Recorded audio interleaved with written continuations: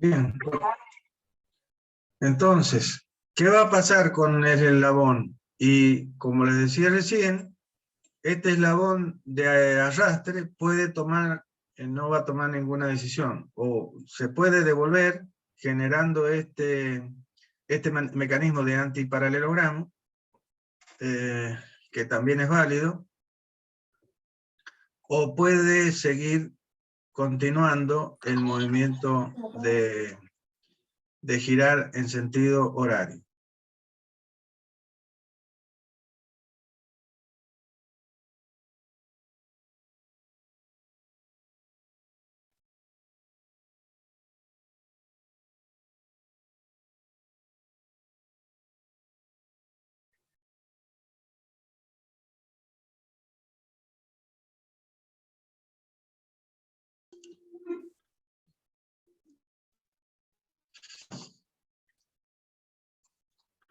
Manuel, Sí, sí, ¿puedo ya está hablar? grabando, ya está grabando. Manu, bien, perfecto. Entonces, ¿qué es lo que estaba diciendo? Fíjense, el paralelogramo básico, tengo este paralelogramo, y este paralelogramo podría pasar que cuando los tres estos eslabones se pongan colineales con esta línea, y va a haber un punto de cambio. Pero si nosotros agregamos o generamos un subconjunto, o sea, un eslabón en paralelo con este, o en serie, donde el eslabón de salida de ese nuevo cuadrilátero articulado, que va a estar conformado, ¿por quién? Por un acoplador que va a tener esta forma triangular, que va a estar conectado al eslabón de salida, y por lo tanto este eslabón de salida al mismo bastidor de este mecanismo básico. Por lo tanto, este eslabón va a estar manejado, su movimiento, por la misma manivela de entrada que arrastra a esta manivela. Pero ¿qué diferencia hay entre esta manivela de salida y esta manivela de salida? Y que sus rotaciones están desfasadas una respecto de la otra. Entonces, y cada una está accionada por la misma entrada. Entonces, cuando este cuadrilátero paralelogramo está en la situación de posición de, ¿cómo se llama?, de punto de cambio, es decir, que esta manivela de arrastre esté colineal con esta manivela de entrada, en no va a estar sucediendo lo mismo, porque están desfasados. Esto sucede en esta línea. Por lo tanto, este cuadrilátero va a lograr que, como no está en posición de cambio, sino está en otra posición cualquiera, va a obligar a este eslabón a seguir moviéndose en el mismo sentido. ¿Qué ejemplo les puedo dar rápidamente y enganchado a esta situación? Ustedes han visto películas del lejano oeste donde está la locomotora que arrastraba los vagones, ¿sí? Esa locomotora está esquematizada en una parte de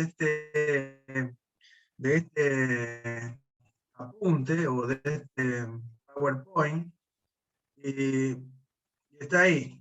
Fíjense que las dos ruedas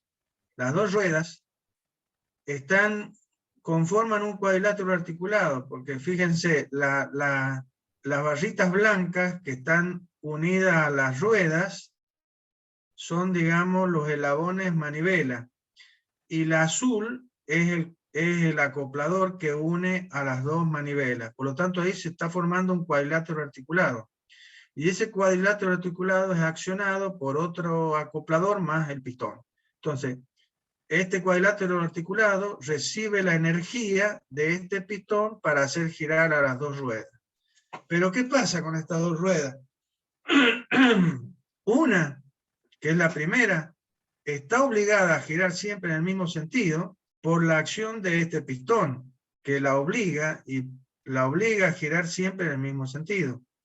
Pero esta otra, que es arrastrada a través de este acoplador, por la primera, vamos a llamarle a esta primera y esta segunda, podría suceder que cuando se llega a la posición de punto de cambio, es decir, cuando están todas las barras o eslabones colineales, podría devolverse y esta rueda comenzará a girar en sentido contrario a lo que gira esta.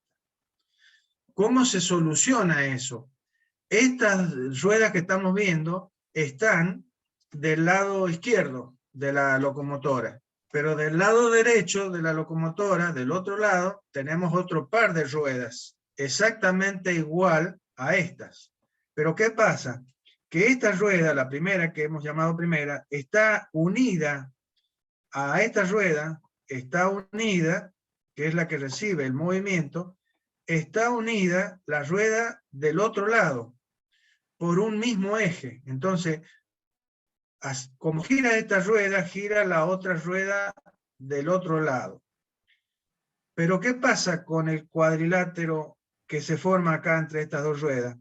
El del otro lado está desfasado respecto de este 90 grados. O sea, la formación de este cuadrilátero, o sea, esta bielita,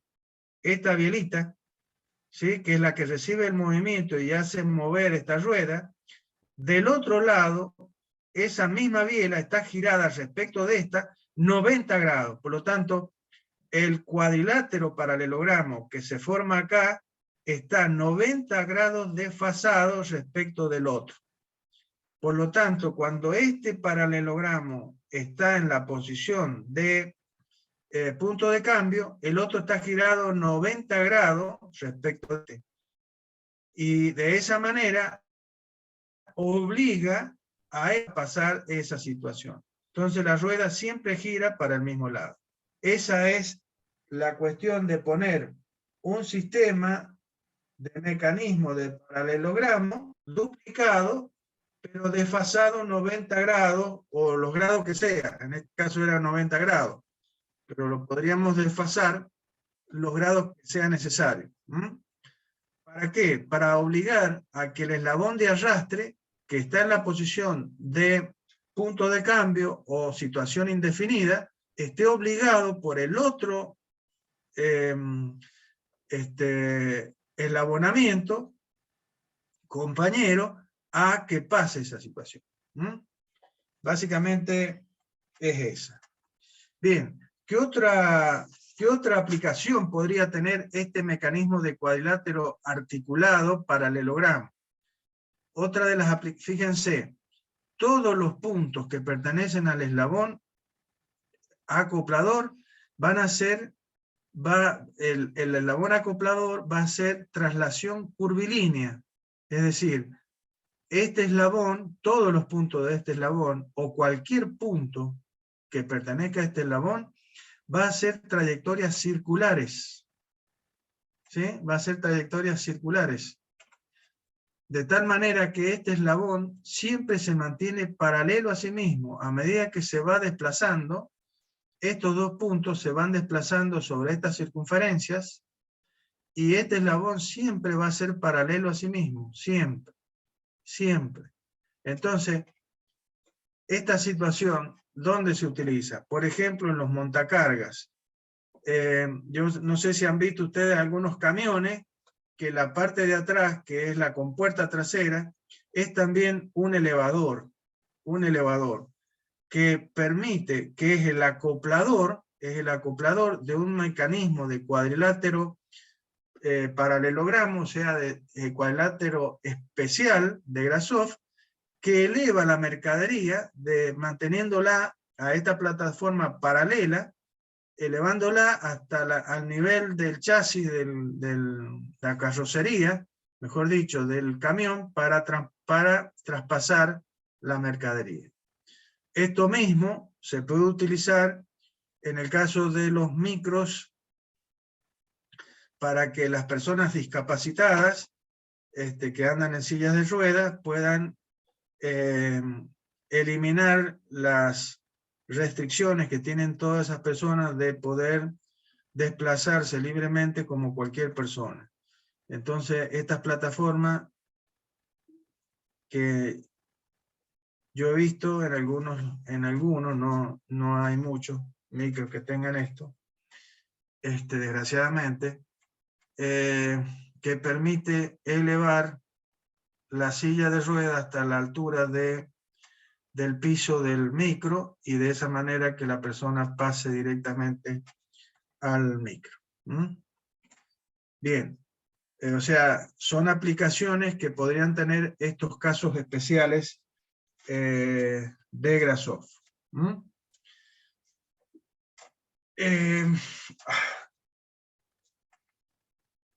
Bien. Esta situación de antiparalelogramo es una situación posible que nos puede dar la necesidad de su utilización en algún caso particular. Lo que sí va a ser vamos a tener que tener en cuenta que la velocidad de rotación, el omega de esta barra de la manivela de arrastre, va a ser diferente a la manivela de entrada. En cambio, en este paralelogramo, ¿sí?, la velocidad de la manivela de arrastre, o sea, la de salida, siempre va a ser igual a la de la entrada. O sea, por eso se llama manivela de arrastre, porque esta manivela va a copiar exactamente lo que haga la manivela de entrada. Otro ejemplo de este mecanismo es la de los limpiaparabrisas, sobre todo los de los micros, de los grandes micros, normalmente tienen estos sistemas de eslabonamiento, donde se copia, bueno, o cualquier mecanismo de limpia parabrisas, donde el eslabón de salida tiene el mismo movimiento del eslabón de entrada. O sea que las dos escobillas del limpia parabrisas se mueven de la misma manera. Eso lo vemos, sobre todo lo vemos en los grandes micros de larga distancia. Bien. Entonces ustedes se preguntarán, y bueno, ¿y me sirve nomás? ¿Me sirve nomás? O sea, los mecanismos de cuadrilátero articulado, porque hemos visto que dependiendo de la condición de que exista Grasov o no exista Grasov, de que elijamos a los diferentes eslabones como bastidores, vamos logrando diferentes tipos de mecanismos de control de movimiento del mecanismo, que pueden ser de Grasov o de no Grasov, de manivela balancín o de doble manivela o de doble balancín. Todos tienen utilización, todos, en la industria, todos se pueden usar. Depende de la aplicación que nosotros necesitemos. Este mecanismo, si viésemos síntesis, van a ver que yo puedo mover este mecanismo, aunque ninguno de estos eslabones pueden rotar 360 grados, o sea, yo no puedo mover a ninguno de estos mecanismos con un motor a la entrada, que gire siempre para el mismo lado, es imposible. Entonces, ¿qué se hace? Se le agrega una diada, acuérdense que una diada es la suma, es un conjunto de dos eslabones, ¿sí?, unido a través de una junta. Esa diada va a generar un subconjunto,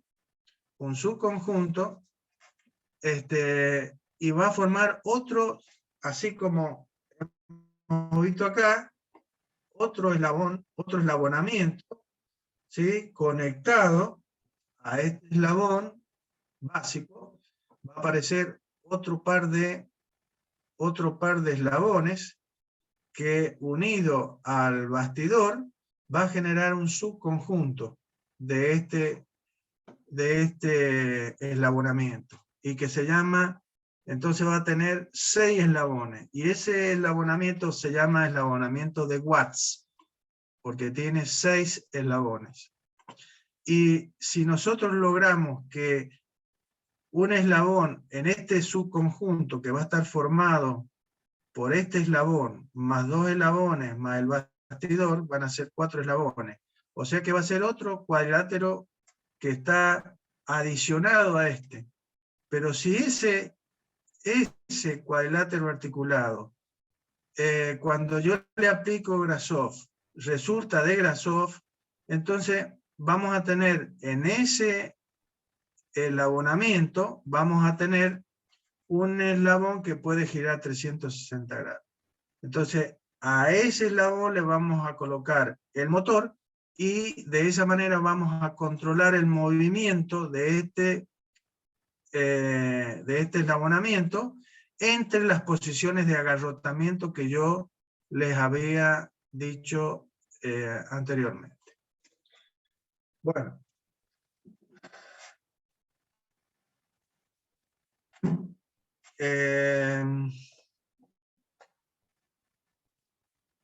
Bien.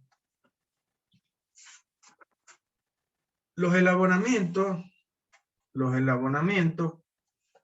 pueden tener más de 4 barras. Más de 4 barras.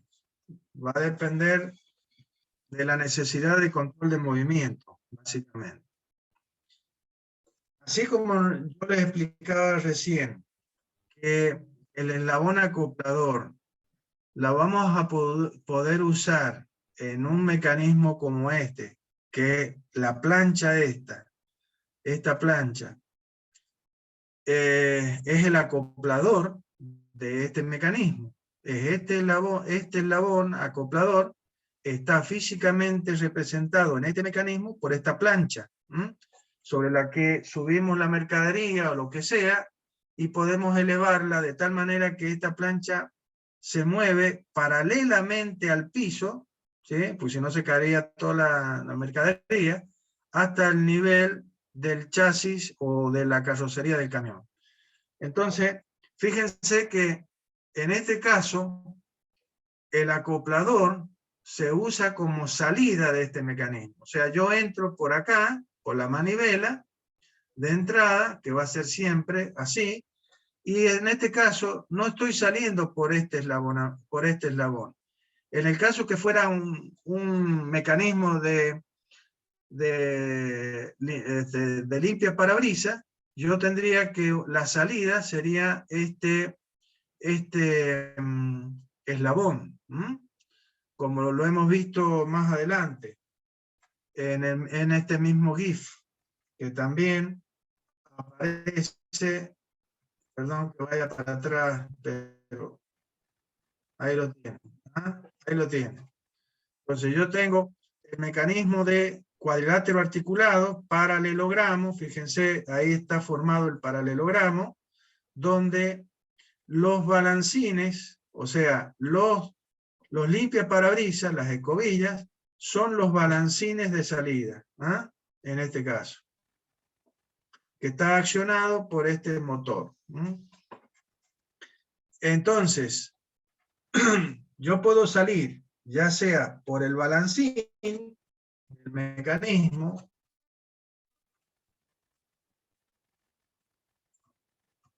por el balancín, o por el acoplador, ¿sí?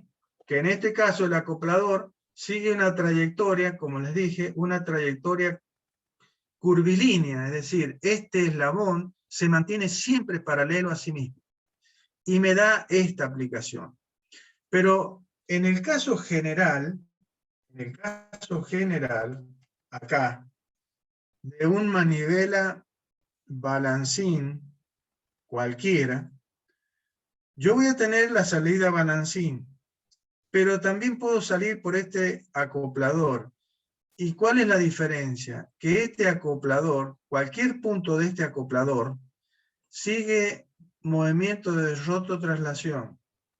Y ese movimiento de rototraslación genera curvas que se llaman curvas de acoplador y que son las curvas que uno utiliza para controlar los movimientos. Desgraciadamente, esto está dentro de la parte de síntesis y no lo vemos, pero yo les digo esto para que tengan una idea cuando más acabada, de que no solamente puedo salir del mecanismo de cuadrilátero articulado por este balancín de salida, sino también puedo usar los diferentes puntos que pertenecen a este eslabón, ¿sí?, como una salida. ¿Por qué? Y porque todos los puntos de este eslabón siguen trayectorias circulares, sean completas o no. Pero los puntos, ¿por qué? Porque este tiene rotación pura nada más. En cambio, este eslabón, todos los puntos de este eslabón se mueven con movimiento de traslación y rotación. Y eso genera, como les dije recién, trayectorias de diferentes formas que hacen que yo pueda controlar el movimiento de cualquier elemento de diferente manera. Eso es lo más rico que hay en cuanto a las posibilidades de control de movimiento. Esto quiero que lo sepan, para que entiendan cuando yo les diga lo que les voy a decir ahora.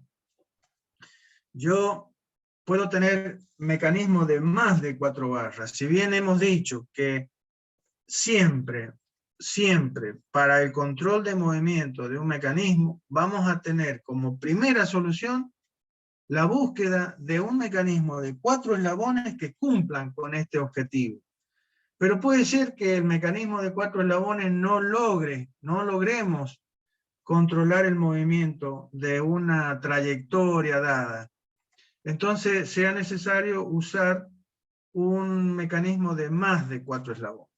Y existen, y ahí lo tengo, ahí se los estoy mostrando.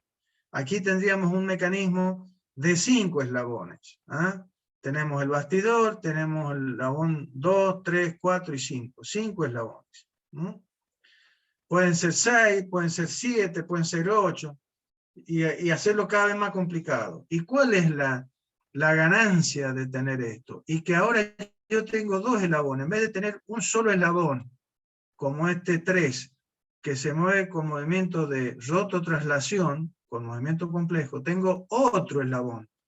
Tengo 2 eslabones que se mueven con movimiento de rototraslación. Y esto puede ser que me dé mayor posibilidades de control del movimiento. Esa es, digamos, la idea, el criterio que me interesa que a ustedes les quede más que nada. Pero ¿a qué nos obliga este mecanismo de 5 eslabones? Si ustedes le aplican la ecuación de Grashof, ¿qué va a suceder? La ecuación de Kurzbach, perdón.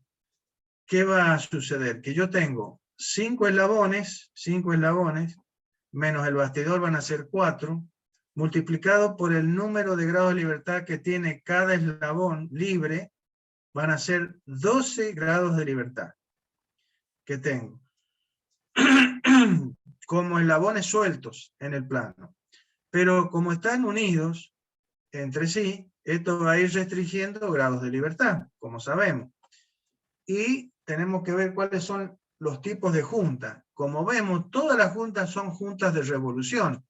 Ya estudiamos cómo determinar eso. Así que hagan gimnasia sobre esto que estoy hablando, cómo determinar que estos son juntas completas, porque en el parcial puede haber una pregunta referida a eso.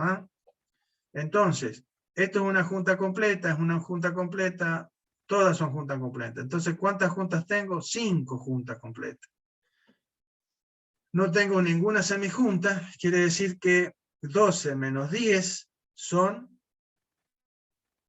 2. Quiere decir que tengo 2 grados de libertad. Este mecanismo de 5 eslabones tiene 2 grados de libertad. ¿Y qué es lo que eran los grados de libertad de un mecanismo? Era, por un lado nos decía cuántos actuadores, ¿sí?, entendiendo por actuadores al número de entradas,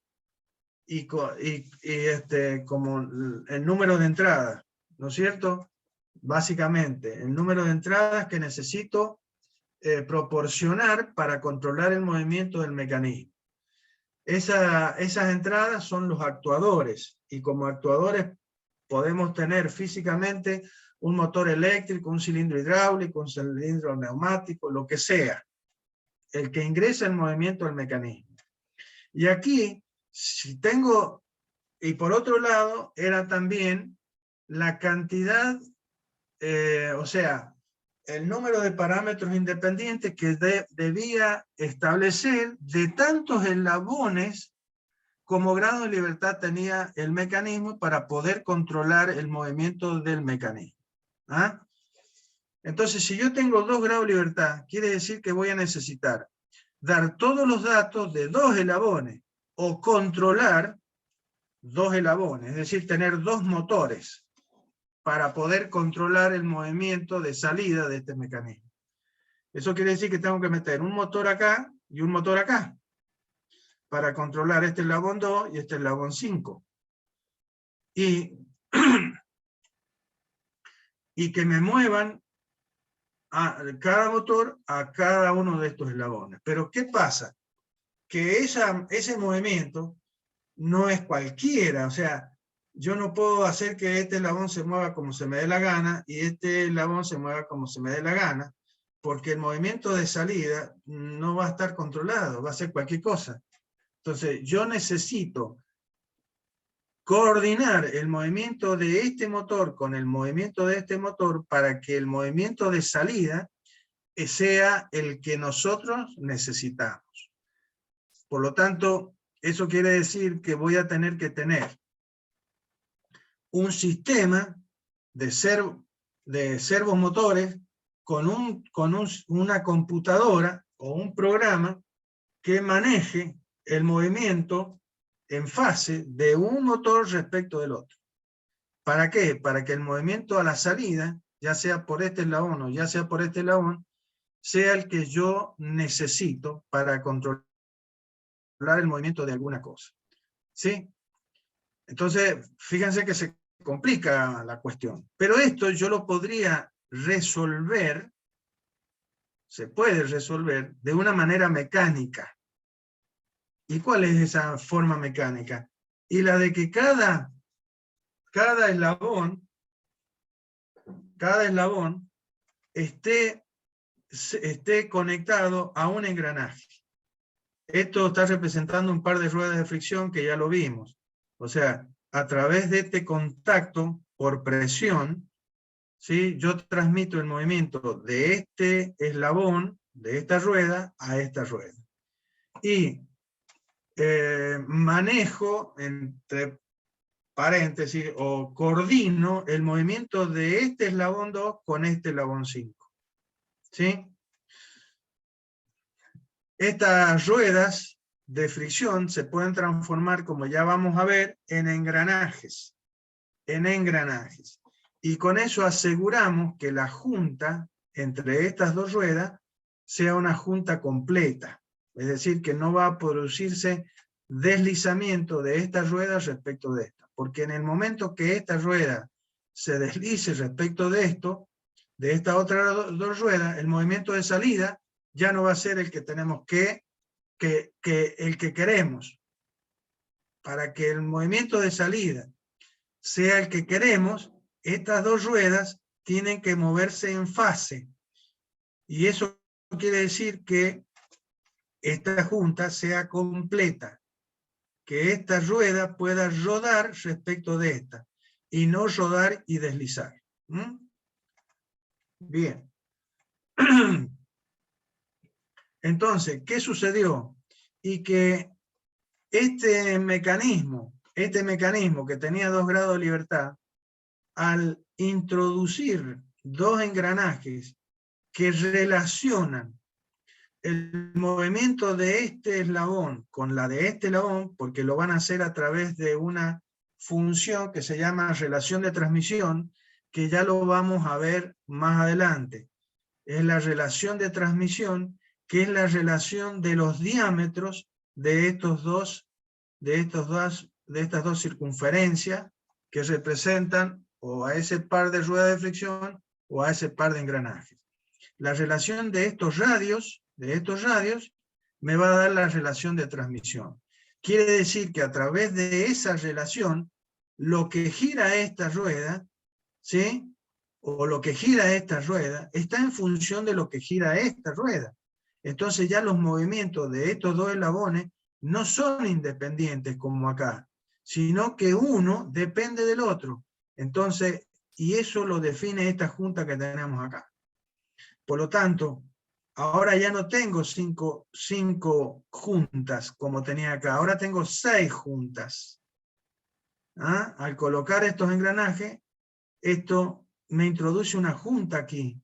Por lo tanto, ahora tengo 12 y me queda 1 grado de libertad.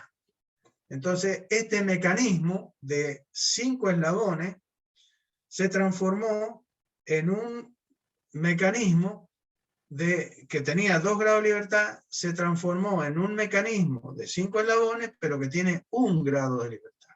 Es una forma mecánica de controlar los movimientos de las dos entradas para lograr el movimiento de salida deseado. O sea que hay muchas herramientas a nuestra disposición para el control de los movimientos y para lograr mecanismos a través de los cuales podamos controlar los movimientos según nuestras necesidades.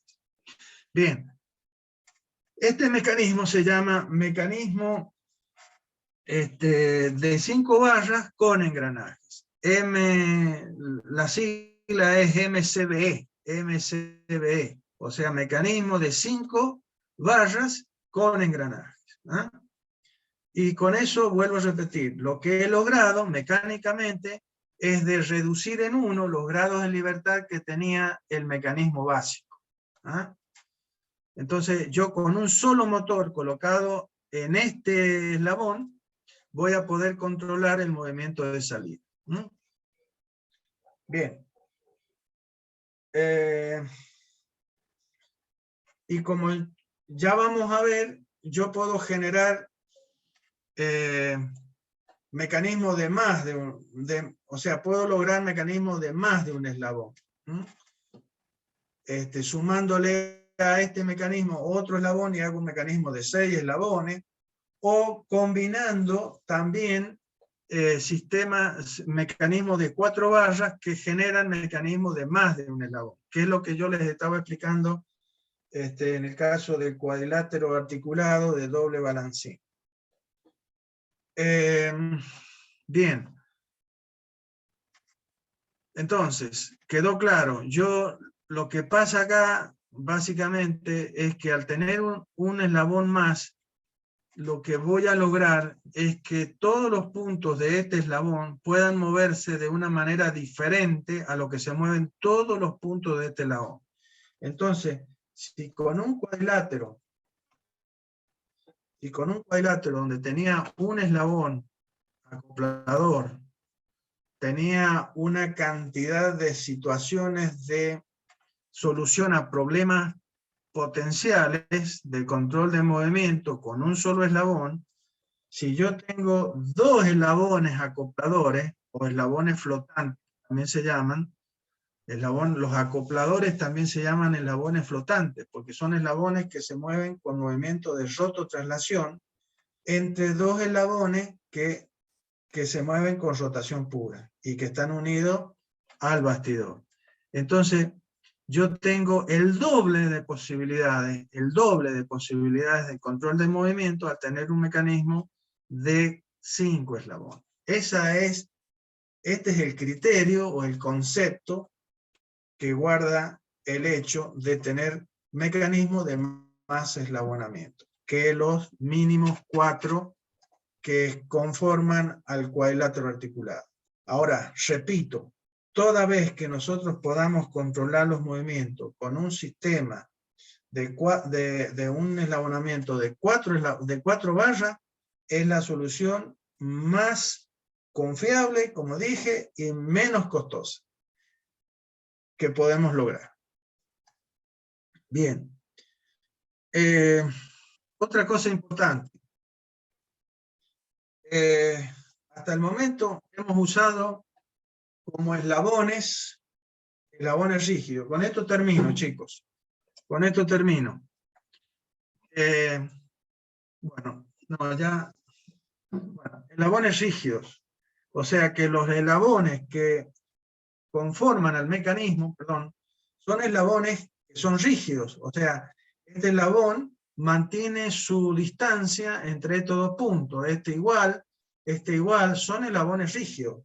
Pero nosotros podríamos usar eslabones que no sean rígidos, porque como ya lo dijimos al principio, y uno de los eslabones, uno de esos tantos eslabones que podía ser agua, que podía ser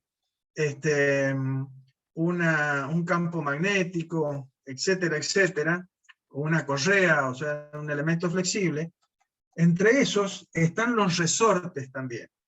Los resortes también pueden ser considerados eslabones en un mecanismo. Bueno, pero quedemos hasta acá, yo mañana les explico esto, porque ya son las 10, casi las 10:10, y ya no van a tener tiempo de llegar a la facultad. Mañana les termino de explicar esto. Bueno, que tengan buen día. Mañana nos vemos a las 10:30.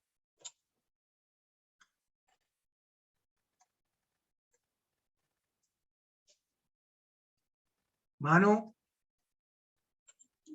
Sí, ahí estoy. Ahí estoy cortando la grabación. Bueno, hasta luego chicos, nos vemos mañana. Nos vemos mañana.